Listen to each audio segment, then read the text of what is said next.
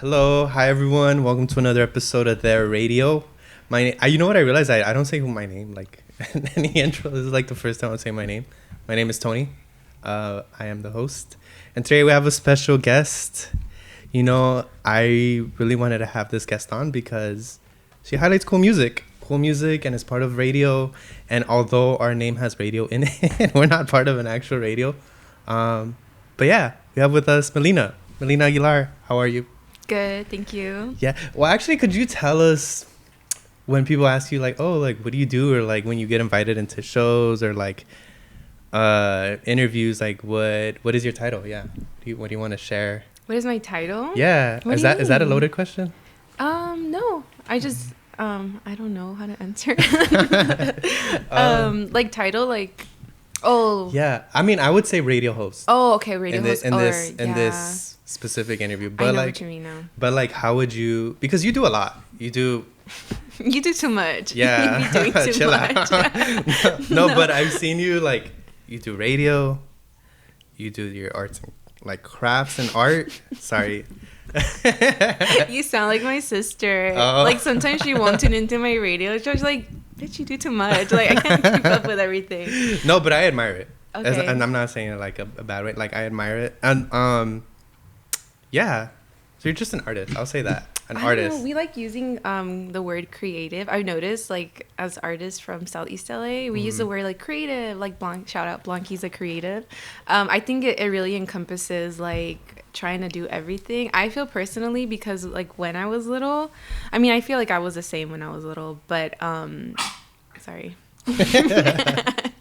No, he literally gagged. No, yeah, like I feel like I'm more able to freely do all the things I want to do, and it could be like a million little. I'm like those people that's like has yarn in their house, has like telas, has camcorders, has vintage cameras, because like I want to do everything, you know. So I think creative encompasses everything. I would love to be a music journalist, but like I highly doubt people like I don't know are interested in like me and like hearing. I mean, I'm sure people listen, but like, you know, I'm sure people don't really are interested in me like intellectualizing like album reviews or whatever, you know, yeah. like I feel like that's really important job, like music journalism, but I don't think I do that necessarily. I feel like I just like hang out with artists, pick their brain a little bit, and then that's what I do. You think so? You think that's what I feel like music journalism is kind of like I feel like there's this totally different definition now. I don't know if you use X or Twitter or whatnot, but I feel like now people on Twitter are like, music journalism isn't what it used to be, for the better, for the worse, you know. But yeah, I guess what do you think of when people say like music journalism, or like who do you think of as well? Oh, shout out Jeanette. She works for. She works press for I think Cosmica now. I don't know what she does. She's also a person that does a lot, but she does like album reviews or like interviews like Thalia. This is Teddy, by the way, and yeah, like it's like published by like a really big person, and I feel like that makes it like really official. Like ooh, you know, or like.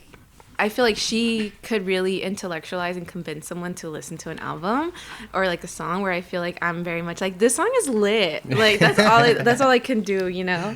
Yeah. But yeah, and I feel like my show is really inspired by like MTV Tres, LATV, back then when like I feel like it was a sense of journalism. I don't know if you like are familiar with those shows. Yeah, of course, yeah. But like it was also like getting to know the person behind the artist. Like the interview I had this morning with Katy Palma from Guatemala, she was telling me like after the interview, like, oh, it was a really good like interview. Like it was getting to know me as a person. Like we barely talked about her single that came out. Like, it was like the last 5 minutes. We're like, oh yeah, you have a single coming out. We should probably talk about that. But I really like getting to know the people behind like the music and stuff like that. I feel like that is also, I mean, that's where the music is coming from, you know? Yeah. So. Yeah. I mean, at the root of it, right? And I think that's what... I think good music journalism always gets to the root of it. Yeah. You know what I mean? So, that's interesting. So, you don't consider yourself a music journalist? No. Because I feel like also I don't really write a lot. I feel like I suck at writing. Yeah. I ramble. Writing is hard. It's so hard. Yeah. But you know what? I do think, like, being a part of like a radio, highlighting music, putting people onto new artists, asking these questions that get to the root of it, isn't a type of way journalism, right? Because that's what we hope for, getting to the truth, or whatever people call journal. I don't know, I never went to journalism school, but me neither. But I think that's at the root of it. So I don't know, you'll be a music journalist here today. Okay, today I feel like I also try to document. That's another big word I like, documentation of like, I feel more like culture as opposed to like specifically music, because I feel like a lot of these artists also like are just, again, creative in general.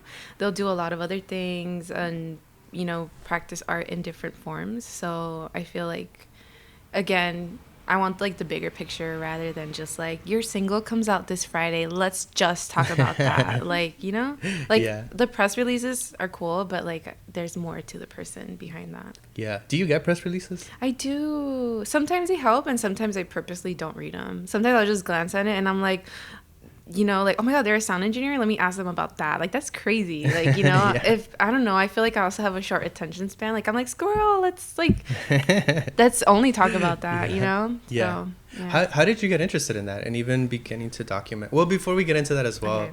The show you have is called Te Quiero Mosh. Te Quiero Mosh. And it airs Wednesdays at 8 Wednesdays on at 8. KQBH 101.5 FM. And we also like archive, but also like the archives, the full episodes are on Mixcloud. And then the interviews without music are on Spotify, like the podcast, and Apple Podcasts too. Come on, Teddy. Yeah, so I know that there's a lot. You've been doing it for a few years, right? Yeah, almost 3 years. Almost 3 years. Yeah. But I did see, I was going through it because I wanted to also listen to a few. And I have listened to a few of your episodes. That's how I'm I a quiz. heard it.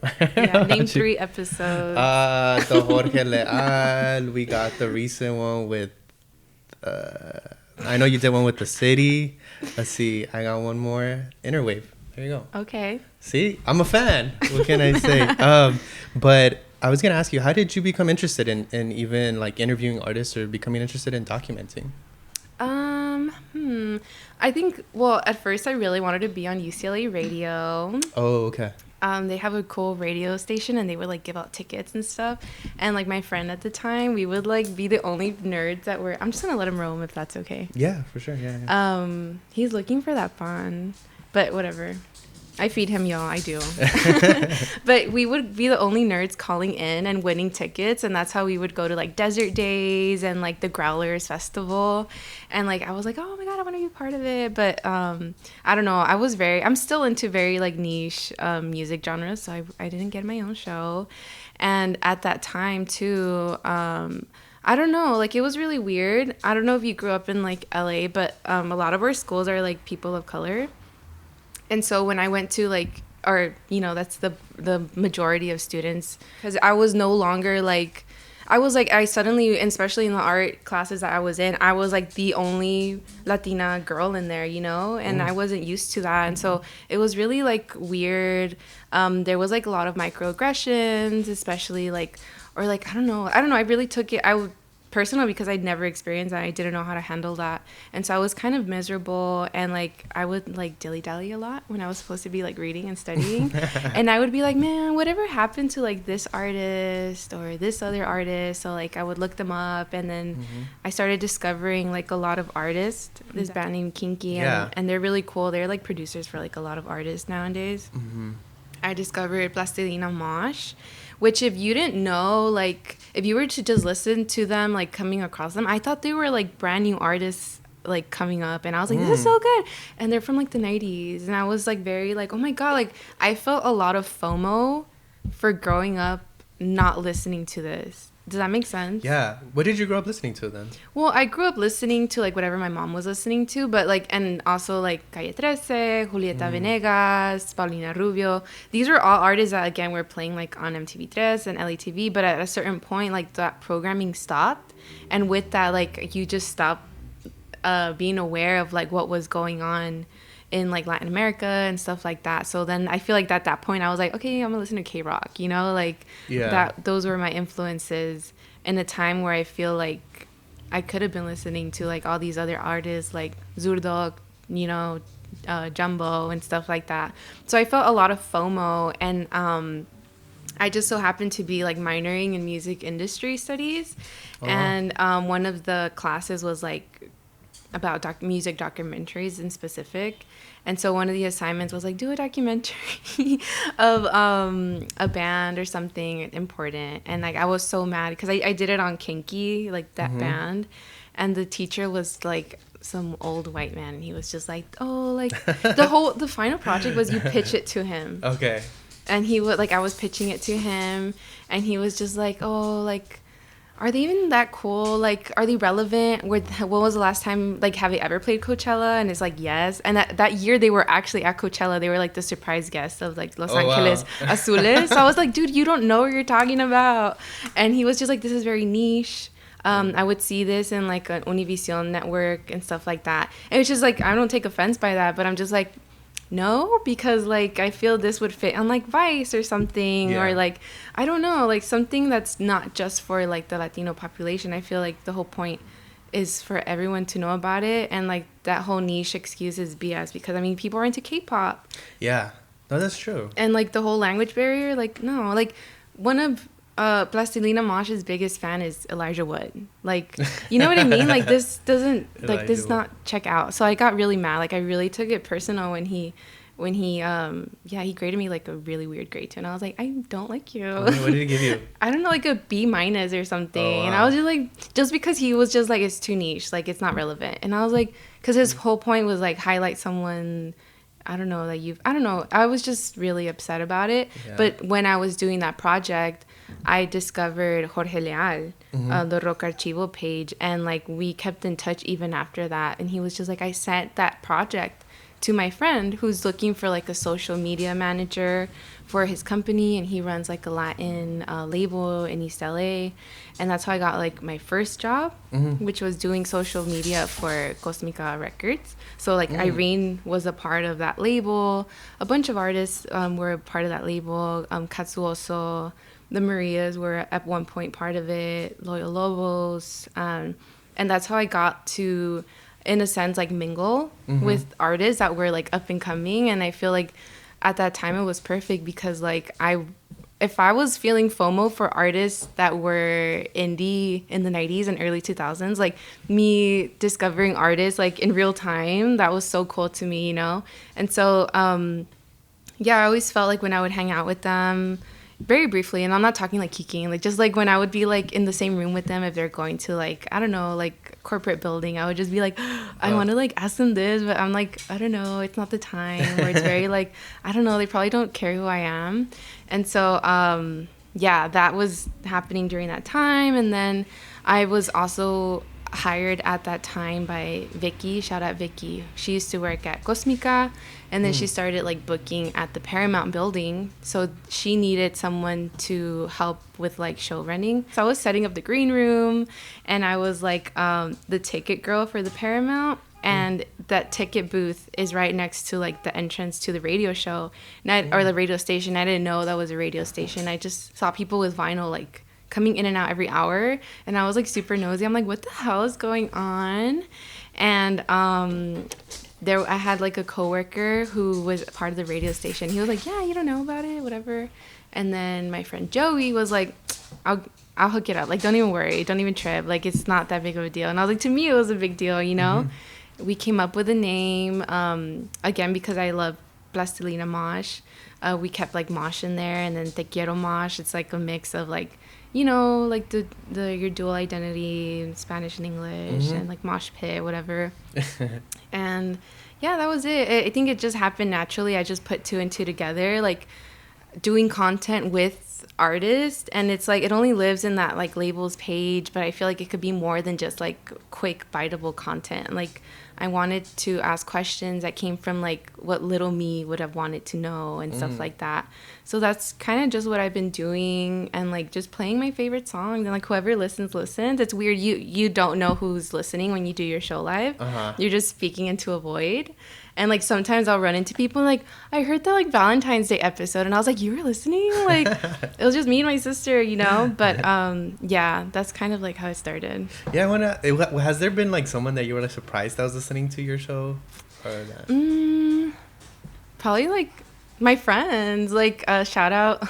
I just know people by their Instagram names, but Ojo de Danny, they told me like the last time I saw them, they're like, oh yeah, I heard your episode, and I was like these are my friends, but like you assume they have like really busy schedules or whatever, and like I don't know, I really don't. I stopped paying attention to like when I post a link if people click on it or not. So when anybody just walks up to me, I'm surprised and like tells me that, or like it happened last time I went to a concert and they were like, I didn't know this person. They were like, you're from the Te Quiero Mosh. And I was just like, am I in trouble? But that was pretty cool too. That's awesome. And I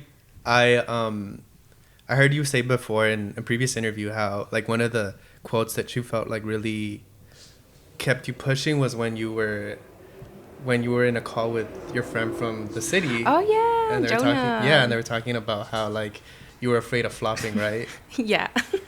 But he said like it's inevitable. It's inevitable. Inevitable. There you go. Yeah. It is. It really is. You still keep that in mind? Of course. It's like with anything in life, like you just have to accept with it and like learn to live with it and roll with the punches. Like I'm so like grateful for like that Instagram feature that's like hide like counts because I'm like it helps me not pay attention to stuff like that, you know? That's true. And like I'm just gonna do it. Like I find the gratitude in just doing it and putting it out there and not focus on like people liked it or not, if like people are listening or not. Like someone's bound to listen, I hope, and just go with that. And if you flop, you flop. Like yeah, people are so in their own heads and with their own problems that like you flopping is like the least like important thing. Yeah. And that's what I mean when I was also saying like, oh, like, you know, it's low stakes, because it's at the end of the day, like I feel like podcasting and specifically what we do here, I think it's for a good time, you know, it's just have a good time. Yeah. And but yeah, so you never know. I did want to ask you about, because you really went through the whole timeline, and there was like a few times where I wanted to ask all your questions. Yeah. But you briefly mentioned UCLA radio. Did you ever think about like doing a show there, or was that also kind of not in the thought process there and then of like participating in UCLA radio at any point? Well, I wanted to. I think at that point, I just wanted to highlight all the cool artists that I really liked. At that time, I was so into I still am, but like the indie scene in Argentina, because I feel like it all kind of was like serendipitous, how like I was really interested in learning about songs and artists and bands that I didn't grow up with, like, you know, like some of the ones I mentioned, but it just so happened that I was friends, like my best friend that I made in college ended up being from like down the street where I live in, and like she just went to like a different high school. Oh wow. And she had like a bunch of friends that were like from Santa Ana. Like we were all like all the Latinos, we were all just like we clicked together, we were all friends, we were like, hey. And one night we went to go get like chicken nuggets or something, and I'll never forget it because we were like her friend had the aux and they played this song, and like we were just, me and my friend, like we were like, this is so good, what the hell, like where is this from? We were like, who is this? Like this is so good. And it was an artist that was doing like rock that was like sounded like what we would have grown up with, and it was from that time, and they sounded like our age, and it was Ramona by Perras on the Beach. And we were like, who told you this? And you're like, oh, my friend makes playlists. Like, yeah, like, you know. And I was like, this is so good. So I went home, and then, you know, like the Spotify, like the radios or whatever, they create like other artists from that area. Yeah. And I discovered like Lota, Gati Video, like all these other bands from Argentina. And I was like, this sounds so good. And it's like, it's like what you would listen to now. It sounded very like Tame Impala, like all these like influences, but also it was like a mix of that with like what your parents grew up with. It was just very like we really identified with like the actual sounds and the lyrics and like the vibe, and I discovered that. And so when I applied to UCLA radio, it was to highlight like those artists, highlight like the artists that I had FOMO not knowing about growing up. So it wasn't necessarily to interview artists yet. I was just like, I want to highlight like the music and like be cool, like, because they were having like shows that were highlighting like, I don't know, a lot of reggaeton artists. Like the only Latino ones were highlighting like reggaeton artists, and I was just like, well, yeah, there's more than that, you know? Yeah, it's like waves, right? It was reggaeton, and now it's like what people call like Mexican or regional music. Yeah, and whatnot, like right? corridos tumbados or Corridos something. tumbados, Yeah. I mean, I like them.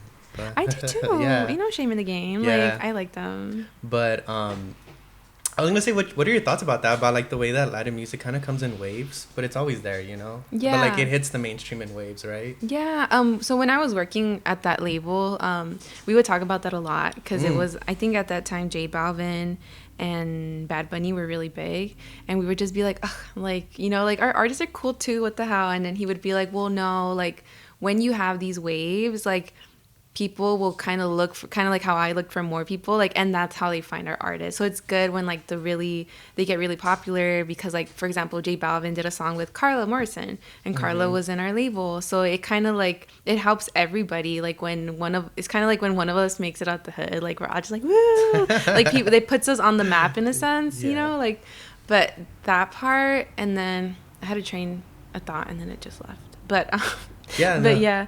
I was asking about the waves. It's kind of like a scene, right? It's the scene. It brings the whole scene. And I was gonna say, like, we saw this in the beginning of the 2000s. I don't know if y'all remember when like Maná was like the shit or something, and like everybody was into Latin ska. Like it was in every like Carritos commercial, like, you know, and Los Rabanes were like in every commercial. And also, it was during a time when like Mexican cinema was really big. Like you had like Amores Perros, and like those soundtracks had all these artists too on it. So true, yeah. And yeah, so I feel like, I guess it could be annoying because people like label us or think we're all like into like. I remember when this song was really big, the Despacito. And like it was everywhere, and you would even like, I don't know, I wasn't hating on it, but I would just get annoyed by it. But I feel like people were trying to like learn Spanish and stuff like that. So in a sense, in the long run, I think it does help.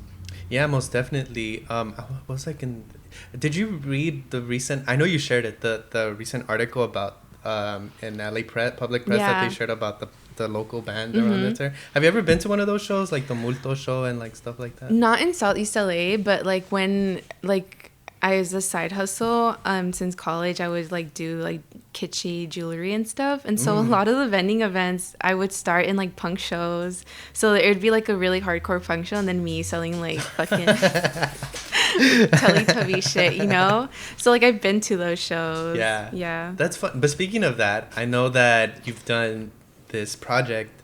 Call it City Champ. Yeah, Shop City Champ. Shop City Champ.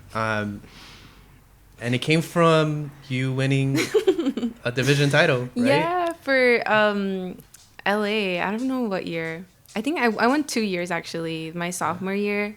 My junior year, I placed second. And then senior year, I placed first.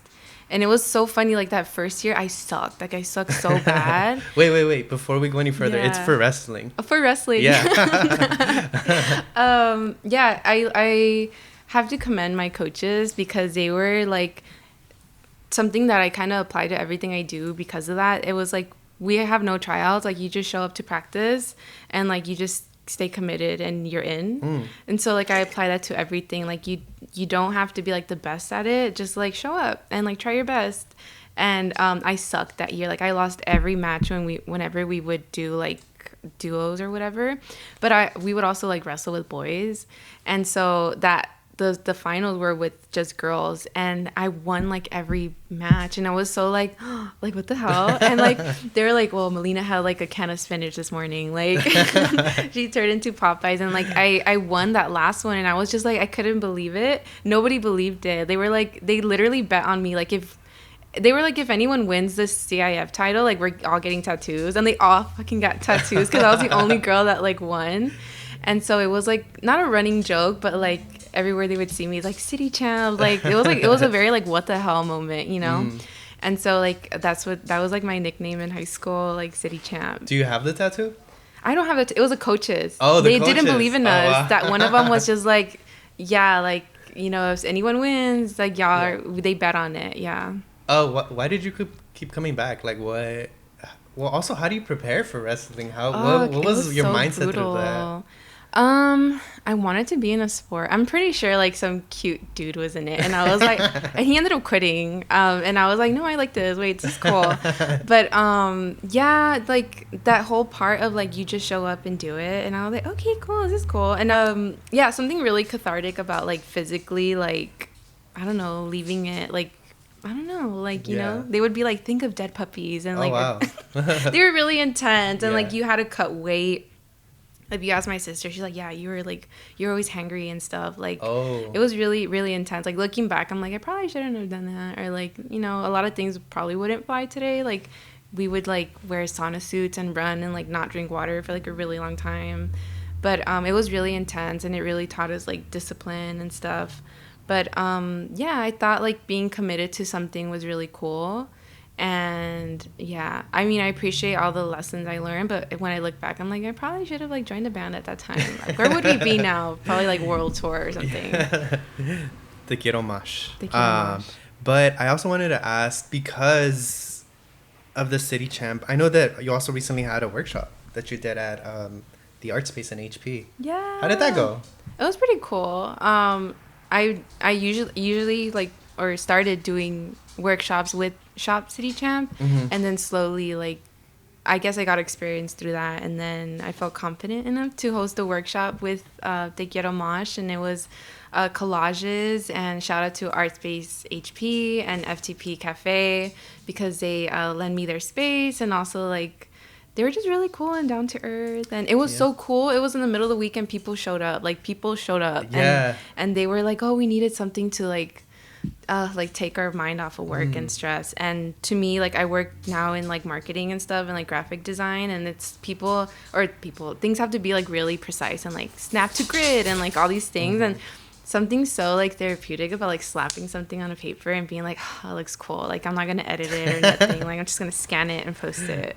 That's really cool to me. That was cool. What I also liked is that each drink over that FTP was putting out had like a specific cool name. How did you decide with those names? It wasn't just me. Like we literally sat at a table and we're like, oh, okay.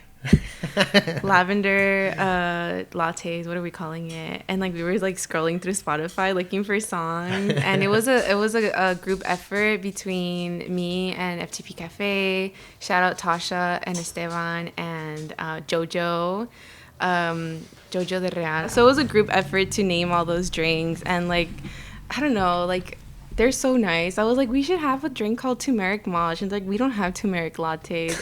And they made it happen. And like, it had chamomile flowers for like no reason. It was just like cute. So we're planning on having it every month. So. Oh, right on. I definitely stopped to the next one. I know I was planning to go on this one, but it was my pop's birthday. Oh, shout out to your pop. Yeah.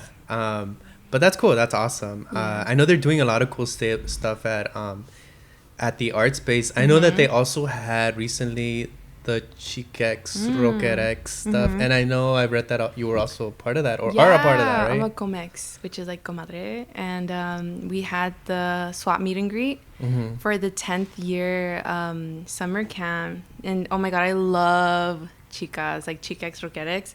Literally the first year I found out about it, again, I love FOMO because it really gets you to do things. So I discovered them through Instagram, and they had that camp that year at like a quince hall in Bell. Okay, which one? It's on, I think it's Gage. It's next to like this lavanderia. And I forget what it's called, but I was just like, what the hell? Like, I love just seeing our neighborhood spaces and community spaces being used for, like, cool things. And I was like, what the hell? That's so cool. Like, how did I miss this? And so the next year I did it, and it was literally the day after my graduation ceremony from UCLA. And, you know, I had spent the last 4 years feeling so out of place. And being just, like, in that camp, I volunteered the whole week, and I was just like, what? I, like, unlearned 4 years of being like, oh, I gotta be like mutable and like fit in, and like I unlearned all that in like a week. And I did it again last year, and I remember one of the campers saying like she was crying after camp, and she's like, this is so beautiful, like this literally like radicalized me, because these kids learn to perform an original song, like they write this song in a week. And she's like, this just comes to show you like when you are fed, and you are like supported and you have a support group and like all these beautiful things, and you're being taught this like the beautiful things that can come out of that. And like when you don't have like one of those things, like you don't, like when you're missing something, you don't have time to create stuff. And so yeah, that's literally what they do. It's a week-long camp, and it's a music like you know, camp, but we just primarily teach kids to like be themselves and like self-defense and all these beautiful things. And it's for girls and gender expansive youth and trans youth as well. It's primarily for them. I wanted to ask you, did you have something like that growing up, like like a space or a program? I didn't. I was thinking about this yesterday because I was just like thinking about it, but that was so like lame. But I did not have a really big support group, especially when I was doing music. I was taking guitar lessons that my mom found at like, I don't know, El Aviso or something. And El Aviso is like in Bell. Yeah. Yeah. And it was this guy, and he would give lessons out of an Elks Lodge. What is that? Elks Lodge? Like they had one in Bell, and they're kind of like, I don't know what to describe them for. It's like it's for viejitos. Like, oh, okay, gotcha. Yeah. And they have like literally an elk's head in them. Oh wow. They had one in Bell next to the Gage Bowl. It's like a senior center now. Oh yeah. I know what you're talking about. Yeah. And it was so like weird in there. But it was cool. But like when I would get home, I couldn't practice or anything. And like my mom would be just like, no son horas de hacer ruido. Like making noise was like a big no-no, and it was understandable. Like she was working like 12-hour shifts and stuff. Yeah. So like I never got, like I abandoned like music altogether, like playing it. But like I've always loved. I mean, my mom loves music. Like she put me onto like everything I know. But yeah, like as far as like that kind of support of like, I don't know, like make noise, like I don't know, like no, not at all. Yeah. Have your parents been supportive? Do they know what you do? Because you know what, I tell my mom that I work on Sundays, but I don't do this. And I don't get paid or nothing. But like I think for me it's kind of like I say that just as a way to protect myself and protect her from knowing that this is like out of pocket, and like like literally out of pocket. And that like, you know, at times it can be difficult to manage this and everything else that's going on. So I think I just say that as a way to protect both of us. But is that something that you have to do, or is it like kind of something different? Is it supportive? What does that look like? My dad was super supportive, but like he never lived with us, and so like my dad would always hype us up. Like, you know, I mentioned like he was a landscaper, so when he would talk about his kids to like his clients, he'd be like, yeah, like my daughter's a lawyer, like my sister was going to law school, like she's not a lawyer. Or like, yeah, like my daughter, like she's a musician. Like he would be like hyping us up, and like towards because he ended up passing like a little almost 2 years ago, and like before that, he like when my dad actually ended up passing, my tía was like, mija, like tu papá dijo que estabas en la radio, pero no, ¿verdad? Like él le echaba mucho crema en sus tacos, ¿verdad? And I'm like, no, I was on the radio. Like, you know, like he was super supportive, and I think like he would listen to my shows like with my sister. Like they would park and like get like donuts or something and like tune in, and so he was always like really supportive. I do have to. I know what you mean with my mom, because I feel like because she wants like the best for us. Like she wants us to have like really good careers, and like when she does tune in, she's always like, "Ay, ¿por qué no te pagan?" Like, you know, like tiene que pagar por eso. And I'm just like, yeah. I mean, eventually it would be nice, but we do it for fun. Like, you know, imagine doing everything for money. It totally would suck. For sure. And you know what? Speaking of, I did bring you a gift just because last week, we were supposed to do it at another time, but we had to postpone. But I wanted to give you a gift for still coming through. The only thing is, if you're down to open it with us. Okay, I'm down. And I also got myself a gift. No, I didn't. Jen got me a gift. So wait, you go first, yeah. Oh, we have to open it at the same time? Yeah.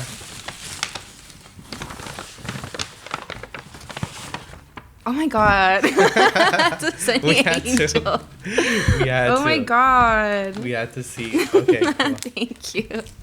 That's so funny. Has anybody ever given you a sunny angel? Yeah, my boss. Shout out Ed. He gave me 2 hippers, and one of them's at my computer at work. So you got doubles? One of them was a melon, and the other one was strawberry. And then I think those are the only ones I've had. I give out Calico Critters and Sunny Angels. I love giving it out and just being like, open it in front of me. Like Yeah, that's me right now. I'm like, open it in front of me. Wait, you go first. You got okay, cool. I got Simsky? this. I got Smiths. Oh, Smitsky. I don't know how to say it. Smitsky. You know, just because I feel like I connect with this one a little better. Okay, cool. I'll go first then. So that's the cool thing about this. But why do people like these? Cause you're cute. That's literally it. It's so cute. But also, a Sunny Angel is also kind of the face of Te Quiero Mosh, right? At the moment, yeah. Because we had a Valentine event and it was so cute. I was a little proud of myself on my Photoshop skills. I just left it as a as the profile picture. We had a girly core event. And it was at golf and stuff because I love golf and stuff, and it was really fun, so I kept it there. Cool. Yeah.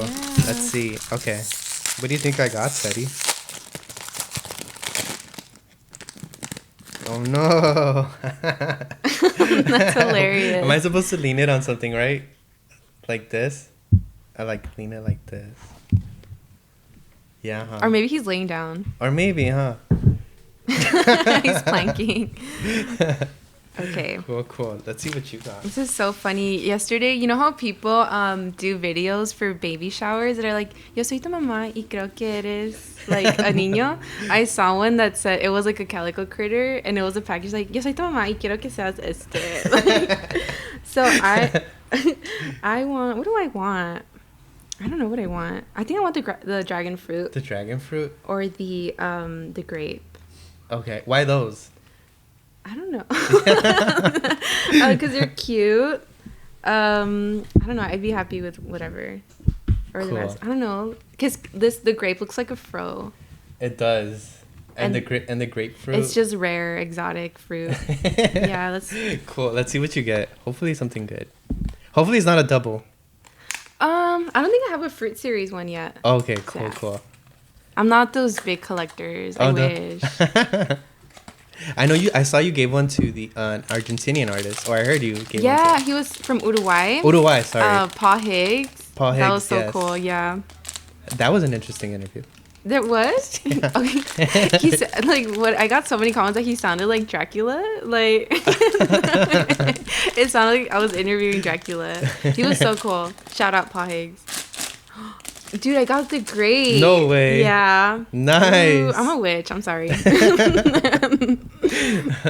Thank you. Do you name them? Yeah, you're welcome. I don't. They're just Sunny Angels. They're cute. They're babies. Cool. Yeah. Here, let me take, and then this is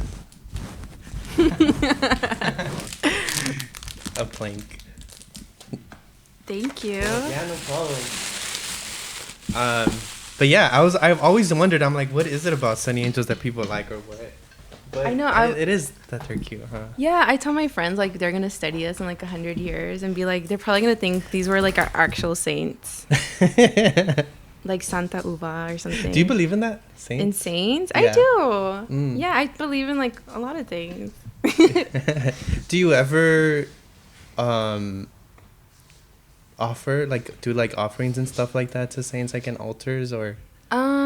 Yeah, I do like the whole candle thing. Mm. Like turning on a candle and you like, I don't know. I feel bad though. It is very complicated for me because like I feel like I'm just lighting this because I need something.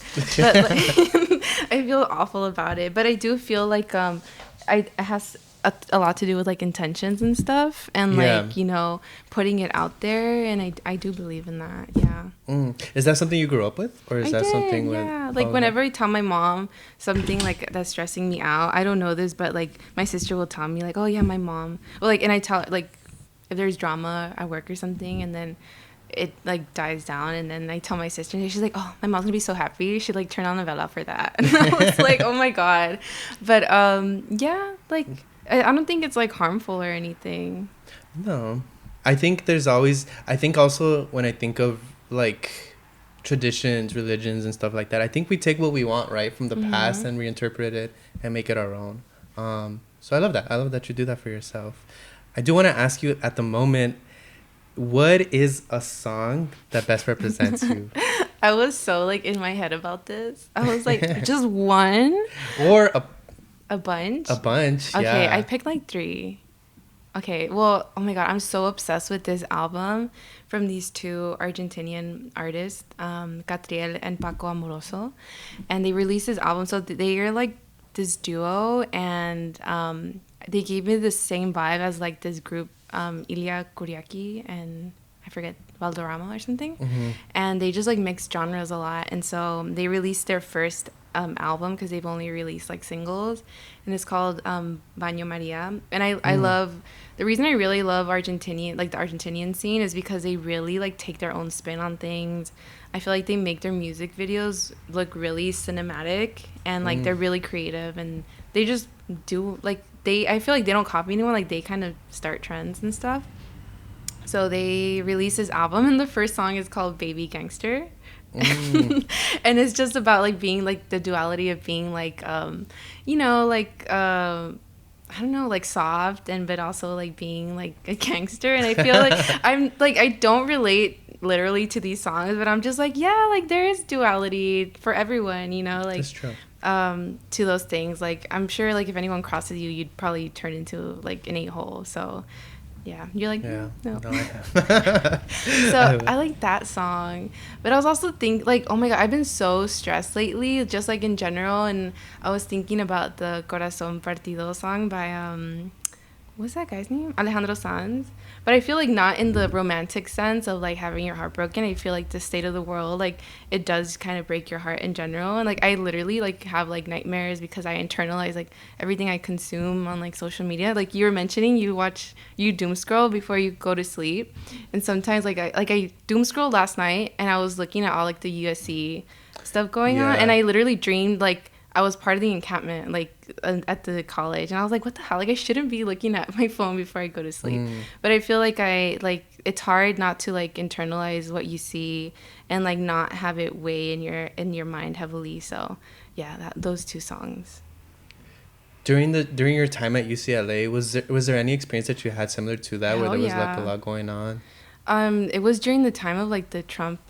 Yeah, and it was so bad. Like all of like the frat guys were like, it was so weird. I remember my friend telling me she wasn't like to vote, and like the guy behind her was like calling his mom, was like, wait, so who do I vote for again? Like, and it was just so bad. Like, but they were it was a lot of racism when I was in school, because they were just like, my friend was part of what is it, like Mecha or something? Mecha, yeah. And like they would participate in a lot of like the protests, and I would go with them, and it was like some of the what is it, counter protesters would be like, oh, like my parents pay for your tuition and all of this stuff. And like it wasn't like, it was so weird because like you'll go to the protest, and then you have class with them like an hour later, and like you have to be like tolerant during those times. But it's just like, it was just so weird. Like I don't think there's enough conversation about how like the way that universities can be violent in many ways, not just like protesting, but like you're mentioning in the classroom, you know, and not only from fellow students, but also like you're mentioning professors, right? And I think that's something that's always like how do you say, like exemplified, or like like hyper made, or when these issues come to the forefront, right? But how do you feel? Do you feel like, I don't want to say hopeful, but do you feel like there's, I guess hopeful, right? For what's to come?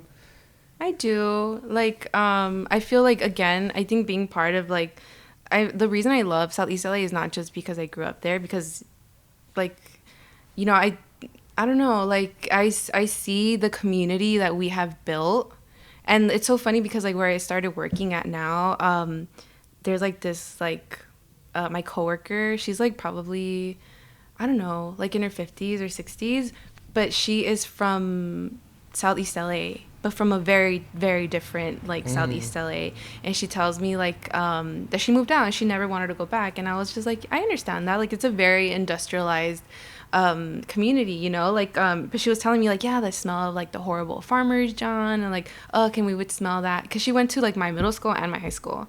Okay. And then but I feel like the difference between her Southeast LA and my Southeast LA is like the community, like the people in it. I feel like none of us want to be breathing that in. Like, I don't think we have stayed there because it's like, it smells lovely. No, I think it's because like we want to do better for ourselves. Like, we want better for ourselves. And like FTP Cafe, like, they started because they were asking folks in the community like what were their needs, and they wanted to create a third space that was like not your home and not your job, like somewhere where you can just go and hang out. And they're part of Nuestra Cela, which does free food distros like every Saturday morning. You don't have to sign up or anything, you just show up, and like there's no like shame or anything. Like, it's food, like we all eat, you know. And, you know, being part of Chica Roqueras, like, they have really taught me like what to tolerate and not tolerate in like toxic environments. Like, it's just like communication, like, I don't know, it's just so like, I've learned so much from like people in my community, and that gives me hope. That gives me a lot of hope. Yeah, for sure. And even like, I think even things like that you do, like highlighting people, highlighting different experiences, that also kind of builds onto that, at least I think. And I think that's also one of the reasons why we do this, because we hope that conversations either keep us moving forward, or, you know, at least help us have some shift, you know, or let us see and that there are different things that people are doing out there. So thank you. Wait, I do want to ask about Nuestra Cela. Is that when does that happen? Do you know what time, or how do people connect with that? Yeah, you can follow them at nuestra.cela. They were formerly people of Southgate, and they do their food distros in the parking lot of the art space in HP. And yeah, it's every Saturday. You can follow them. They don't really post about it because they were previously like targeted by like the police because they were at Crucitas. Wow. And then they got like I don't know, they got a ticket or something, but they were like a code violation for having like a group of people over 75 without a permit. But if you've been to these distros, it's like 20 people and they show up like a certain time frame. So it was just really weird. Like, it wasn't, because I think they were bothered one time that they asked them like who they were from, and they're just like, we're just people from Southgate. Like, they're not an org. Like, they're not anything. They're just people that gathered and like sourced food to give out. And I think the fact that it wasn't like quote unquote official, or it had nothing to do with the city, or the fact that like, I don't know what the police were looking for, but it was just like not, they were just being like weird. And so yeah, it's kind of like word of mouth at this point. Yeah, that's awesome. Yeah. Speaking of Cela, where you grew up, what's a song that reminds you of that, of home? Southeast LA. Southeast LA. I grew up with so much of like radio and like KR's 101. Okay. But I love, my dad used to drive this Mustang that was a convertible. And I don't know why, when I think of like driving down, I think it's Florence specifically, like right before you get to like where South, Art Space HP is at, is like the Salt Lake Park. Yeah. And there's like that railroad track, and you have like the water tank. There, it must have played once, and I like, I don't know, I like romanticize it in my head, but like the Bretton Wood, Baby You Got It. Is that what it's called? Yeah. I think that's what it's called. Baby something. Yeah, that one. That one's just like a good song growing up. Especially like K-Rock would play oldies and stuff like that. And so I grew up with all of that. So it reminds me of Southeast LA. That's awesome. Do you remember your first show that you went to? It was so weird because when I was little, I grew up with these songs, and apparently like it wasn't like, I grew up with this song called like Number Rock. Was it by School of Rock? No, it was like by these two guys, and they would do like nursery rhymes. Like, I mean, now I know they're like two queer guys that were a couple, and like they would make music, and like our class just happened to like, I don't know, like, they probably bought the tape, and then they took us all to go see them. Oh, wow. I forget their name, but they had this song called Number Rock, and that's how I learned, like, my numbers. And now when I sing it, my friends are like, what the fuck are you singing? How does it go? It goes 1, 2, 3, 4, 5, 6, 7. And they had this other song, like, Down by the Bay. Down by the bay. Where the watermelons grow. Oh. Do you know that yeah, song? Yeah, yeah. They would play that song too. That's an original? I thought it was just like Shakespeare time. I don't know. Like it's been around. And then you had to make up a thing in the end. Like, have you ever seen a rat wearing a hat? No. I'm embarrassing myself on their radio. You know what we used to do in elementary school? I used to stay after school to these like after school programs. And they'd have us like rap as like little kids. We'd be like, yeah, my mom like isn't gonna be here till like 6, so they're like, what do we do with these kids? So they would have us like sing like Nas.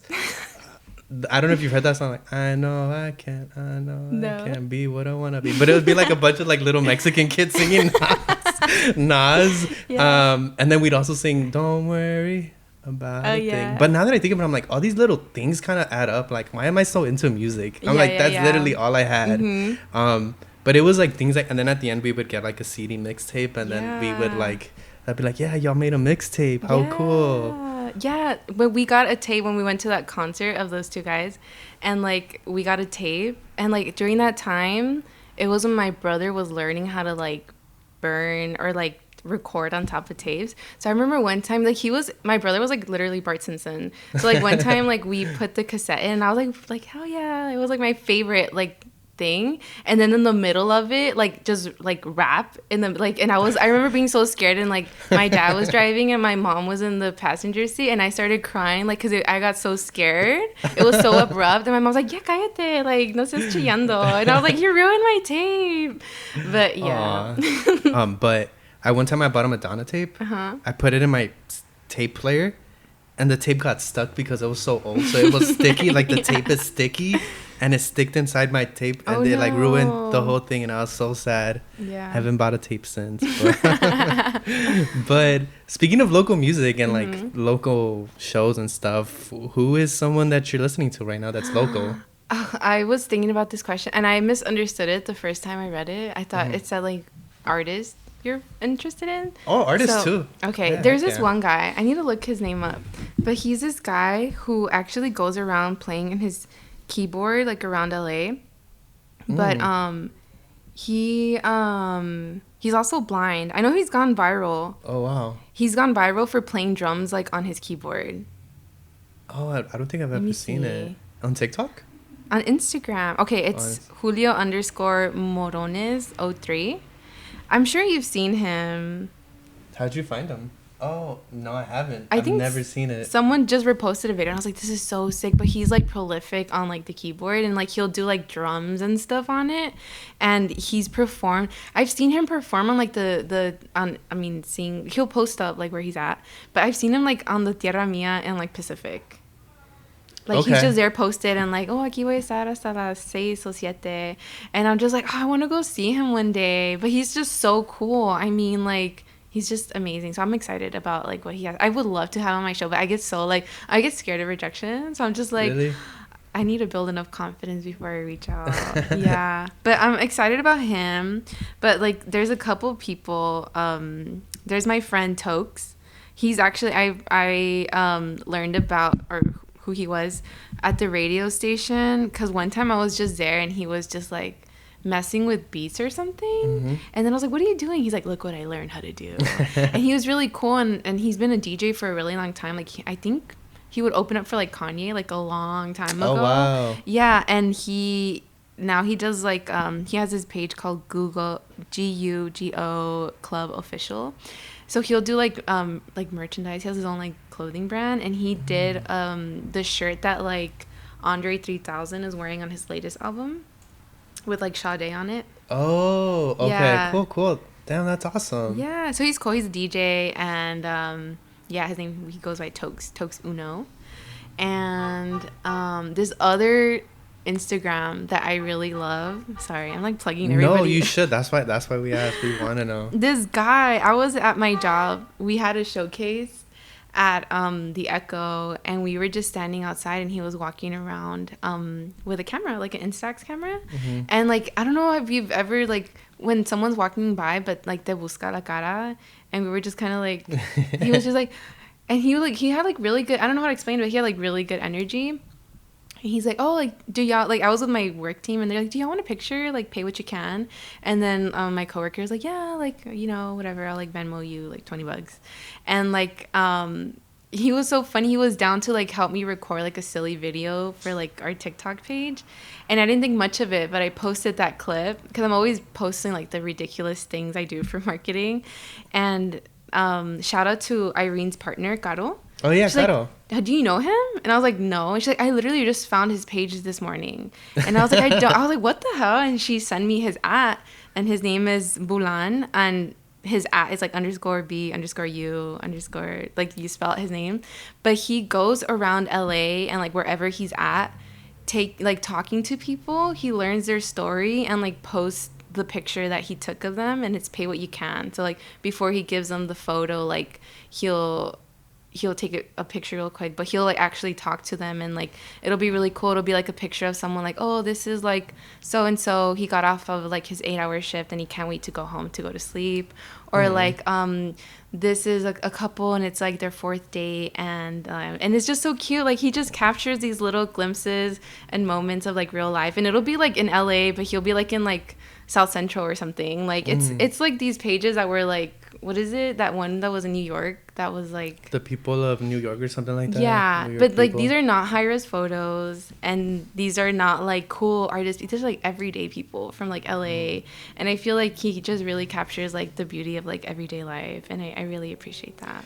Do you remember what caption he gave for you and your friends? I don't think he posted it, and thank God. Like that was such a bad day at work. Aww. But yeah, and it was such a fleeting moment. Like we were just like really busy, and he was like, "Here, we gotta go, bye." But I remember his energy, and like it just so happened to be that someone replied like, what are the chances that you post a random stranger that you literally ran into, and they're like, oh yeah, here's his @ and like I'm pretty sure he was weirded out that like I found him. like we talked for like a minute, Yeah. So that's awesome.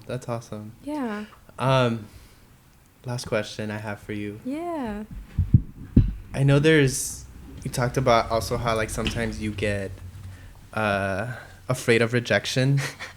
But we also spoke about how, like, everybody flops. Yeah, everybody does flop. So my question to you is, like, what's something that you keep in mind now when you go forward with every day? Like every day? Just every day, yeah.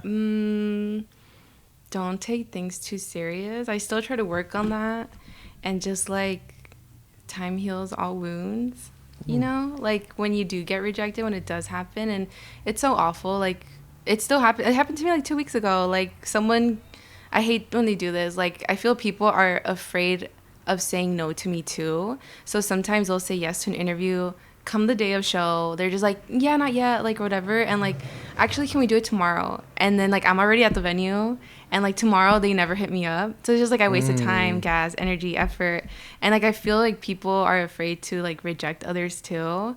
And so I hate that too. But like I just like I've learned to like be like not take it personal, take things personal, and just I don't know. Usually like when stuff like that would happen to me, I would also like post it, and then people would be like, oh, it's okay. But it's like I'm not even gonna give it attention anymore. Like share it, just like it just happened, and like move on. Like not. I don't know. Also, like, I'm probably gaslighting myself into thinking it's not as bad as it is. But just, like, like, don't take it personal. And, like, I also try not to internalize it. And, like, because sometimes when that happens, I, like, won't listen to the artist's music ever again. Because I have, like, that negative, like... instance attached to it. But now I'm just like, no, like, it's okay. Like, they don't mean it that way, or it's like their team or whatever. Like, it's sometimes I really do believe it just couldn't work out, But yeah, just don't let something. Also, that whole line of like, you didn't make it this far to make it this far. Like, don't let something so silly like stop you. That's so true. Yeah. You know what? And I needed that because there is an artist I stopped listening to because all they did was this. Because I asked, yo, you down for a quick? And they're just like, no. I mean, if they're... And I was like, damn. Yeah, if they're a-holes, they're a-holes and they will stop. But, like, like, sometimes it's just, like, whatever. Like, especially when I try not to do them the day of the show anymore because I'm like, oh, it's such high energy. Like, they're probably nervous for the show. Or if it's after the show, like, that's the last thing they want to do. So, yeah, just learning as you go. you learn, like 3 years in, you just learn, you know? That's so true. Yeah. Yeah. Well, I thank you for coming, for giving us your time, your energy, and especially because we had to postpone. So there's so much that came to on, but we do appreciate you coming through and bringing Teddy. Yeah, he's like knocked out in my lap now. He's also slipping. Yeah, thank you. Thank you. I appreciate it. Appreciate everyone here. Shout out to, what was your name? Luis? Nate? Jen. Moy. Yeah. Shout out to everyone behind the cameras too. It takes a team for sure. It does. It really does. And Teddy. And Teddy. Yeah. Bye, y'all. Bye.